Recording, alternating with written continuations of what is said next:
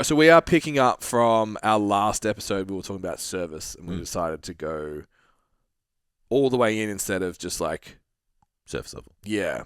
So we're up to deciding your method. So if you haven't heard the last episode, you need to go check it out because we talked about starting with your offer statement, so actually knowing what you do. And it sounds like doesn't sound that important, like having one sentence that describes exactly what you do to the market, but it fucking matters, man. Yeah. So important. Then we went into value quadrant. So we talked about having high value, low effort, high value, high effort, and then the worst, low value, high effort. Yeah. Things in your business that you're offering that's maybe costing you. And then we talked about how you price yourself based on that as well. So today, it's a little bit more about the delivery side. So you've positioned yourself and you've got an idea of how you're going to build everything else. Yeah. So now we're going to talk about your actual method of delivery. Yep. So if you don't have a method, you will be the personal trainer that some of them brag about it. Takes 3 hours to write a program per client and takes, and you had one of yours that was like, I don't want to put on anyone next week because it takes me fucking too long. Too much friction on board. Yeah. So that just means you don't have a clear method. Yeah. I was chatting to the guys during the week, just like in the app and like, do you guys need anything more? Do you have the programs you need? Are you building shit for new clients coming in? And all of them were like, no, we have everything. Yeah. So like they can come in, there's already a sequence built for them to follow with the new client from day one. Yeah. That doesn't take them an exponential amount of time. Yep. That they know works and delivers a result. So the method itself will give you and your client confidence because it's like, this is how we do it. Yeah. Everyone's had a conversation with someone that you kind of like, oh, like we could do this and we could go that way and we could do this. And you're just like, what are we doing? Yeah. Versus someone that's like, we need to do this. Yeah. You're selling like a method though. 100%. Like that's the separator. Yeah.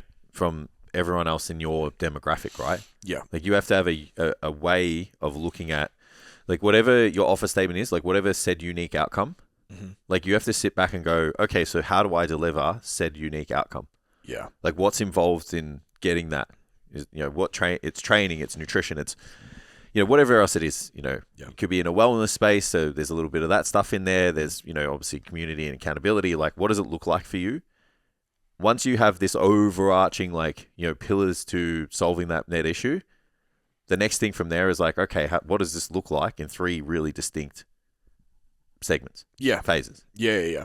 So staying on the method, so you have confidence in yourself because you've got something that works. So the guys that like using our training app and stuff in the face-to-face side of the business were like really comfortable to be like, yeah, one of these programs is going to fit my client and I know it's going to work. Yeah, absolutely. So selling it's easier, delivering it's easier, prescribing the consults, answering the questions, fielding that awkward part of getting to know them, building the trust and all of that's easy because you have confidence in what you're delivering because you've done it before and it's repeatable.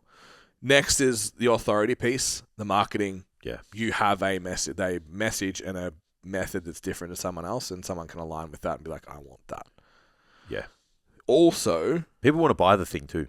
Yeah. Like they want to buy the method. Correct. And like I want to buy how you do it. The person matters. Yeah. But because most people have had coaching already now. And from some of the stories I've been hearing lately, not great experiences. Yeah. Unfortunately. Yeah. So now they're like hesitant. Yeah. So they want to look to like a system that's going to get the outcome for them. Yeah. And then like the person simultaneously. Like that's going to be the decision making moving forward. So it's, people are struggling with like content and marketing. It's so much more marketable, like having a way of doing something and being like, yeah, this is the driver of the results. Yeah. So how do you, just on that, so you have your own method. Someone comes to you, consult, or they're already a client, and they come in with someone else's method. Yeah. That is clearly not working. Yep. And you can see so many holes in it. Advice because I had this during the week with a consult process. Yeah. And I was like, I just hate shitting on other people. Yeah. Because like this might work in a different context. Absolutely. If you like, it was very sale Like the second you were on that consult call, you were getting sold to. Yep. It was the first thing was a fucking slide presentation was up when you started and blah, blah, blah. I'm like, whoa. But if you've got hundreds of leads, then sure. Yeah. But if you don't, you need to build a relationship and do all the shit. Yeah. How do you navigate that with, say, a coaching client that comes to you and is like, oh, like I'm doing 120 sets a week. Yeah, yeah. So I usually will preface it of like, there's multiple ways to do things, so I'm going to show you how to do things my way. Mm-hmm. And I'm going to highlight the gaps that I think you currently have. Yep. And I'm going to show you how I will solve them. Yep. And I'm like, I'm not sitting here saying what you did was... Like, every now and then I'm like, nah, that's fucked up. So I won't... Who hurt you like that? Yeah, I won't shy away from being like, if I can prove that it's conclusively what they're doing currently is just stupid, Yeah. I won't necessarily say that, but I'll be like, this is like, tell me why you're doing this. And then most likely they can't. And I'm like, okay, cool. So we're going to do it like this and I can tell you why. So you're just like really justifying like your way of doing things and how you're going to fill that gap. And that's like kind of what you should be doing anyway. Yeah. Yeah. I don't like the whole like shitting on people type thing. I know some people will get caught up in the moment, like when they're doing a consult and someone's had a process and it's an experience with somebody and, you know, you can sit back and be like, oh yeah, well that's, you know, I would never do things like that. It's like, you know, it's two sides to every coin. You don't know the context. You don't know the full story. You're only getting half of it. 100%. So you're just like, what's your method? What's the net outcome they want to have? What are they currently doing? How do you fill those gaps? What didn't work for them with their last experience? I think that's the biggest one. Yep. And then you're like, okay, cool. This is how we're going to solve that. Yep. You know, so sometimes, like I know for most of the people I'm having move over now, the biggest ones aren't necessarily like the nuts and bolts. It's the how they're treating the person. Communication's not that great. Yeah. Not necessarily like listening to feedback and blah, blah, blah. So I'll be like, well, this is how, you know, we'll solve that issue for you. You know? Yeah. It's also great because I get that one a little bit too. And I'm like, I'm not that. Yeah. Yeah. Like if that's why you're here, we're not talking every day, dude.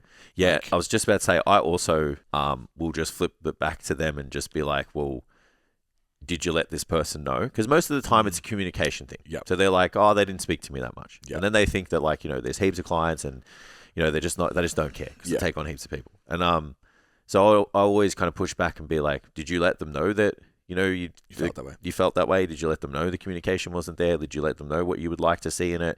Just so you're making sure that you're not just bringing somebody else on now that isn't going to really go into your kind of coaching method. Because, like I don't mind like interaction and stuff.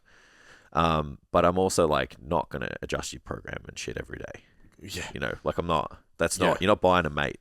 Yeah. You know, you're buying a touch point and a service and, you know, someone's going to help you hold you accountable, but it's like, I'm not that guy. Yeah. So yeah, just making sure you kind of, I guess like, preface that and filter it as well. So we start our method process by creating the pillars, right? The areas that you're going to operate within. Yeah, it's like how do you get net outcome? You know, like what are the major areas? Yeah, like that's your thing. For us, we have mentality, training, nutrition, programming, recovery, lifestyle. Yeah, that's where we operate. Mm-hmm. We need enough of the mentality stuff to get people by. We don't use mindset on purpose because we don't want to coddle you. It's not what we do. Exactly. Yeah, and then we are technical trainers more often than not, data-based, program-based, follow the plan, we'll make the adjustment, follow the plan, we'll make the adjustment type coaches. So those core elements are the main thing. Yeah. We don't have hype groups and daily challenges and because we don't have community as the number one pillar. Yep. It's something we do. We have events and we have good relationships and we prioritize community, but it's not part of the service in that, well, you're going to get hyped up every day. Yeah, that's right. For example, whereas if you are a community-based coach and you want to have that as a core pillar, you make that a higher priority. Yeah, we're a standards-based business. Yeah. Like even our last pillar, I would argue it's lifestyle. So it's like live the lifestyle. Yeah. So what do you need to embody as the person to be bigger, stronger, you know, leaner, whatever it is that you want? Like that's us, and we're like, cool. This is the standard, and we hold you to that. Yeah. You know, and then what we like to do is just put you around a bunch of other people periodically who live at that standard. Yeah. You know. So a good way to do this is whether you pick your pillars first or you do it after. We have an exercise in the course where you write down 100 problems that your client has. And it's not 100 things that you think they do wrong. It's 100 problems they have. Yeah. 100 issues that they deal with. I don't know how to get enough protein. Not they don't. Yeah. get enough protein. What do they say daily? Correct. That's probably the easiest way. It's like, Yeah. I feel like shit all the time. Yeah. Like that's a pain point. So if you can get to 100 of those, then write the solution to every single one of them. Yeah. And then put them under your 5 pillars. Yeah. The level of bulletproofness that you will have after that, it's like, I can solve all of that in my business. You also have 1 million pieces of content. Yeah. Well, that's 100 done. 100 pain points. There's so like how many ways could you make content? You could put like 10 to 20 per pain point. Yeah. Ways to make content. Yeah. It's like, 200,000. Put that into Manus and off you go. Like, you got a 12-month content Wild. strategy done. Yeah. Yeah. So that's really, really useful for you to understand the client better is an amazing exercise just for you to get in your head from a marketing training exercise as well, learning what do they say, not what do you think as the prescriber. Yeah. But then also making sure that you actually have the outcomes of everything. Yeah. And then you can deliver that. And then the next step on top of that is to automate as much of that as you possibly can. That's the key to a results-based business. You know, we see it time and time again when people come in to stand out. The reason they don't have a results-based business and it's just relationship-based is because they don't really know how they get results. Yeah. And they don't set the tone from day one. Like, this is what we're going to do. Like, they end up just like trying to become their mate and just entertain them and just doing exercise and stuff, which will work like, in a face-to-face setting for as long as it doesn't. Yeah. It's not online though, you're cooked. Yeah. Like you're not going to get that's minimum term bouncing to someone else. Yeah. So to stay results based all the time, you need to be like from the get go. This is how we do things, and then it's like, what do the next periods look like, which I'm sure we're going to go into next. Yeah.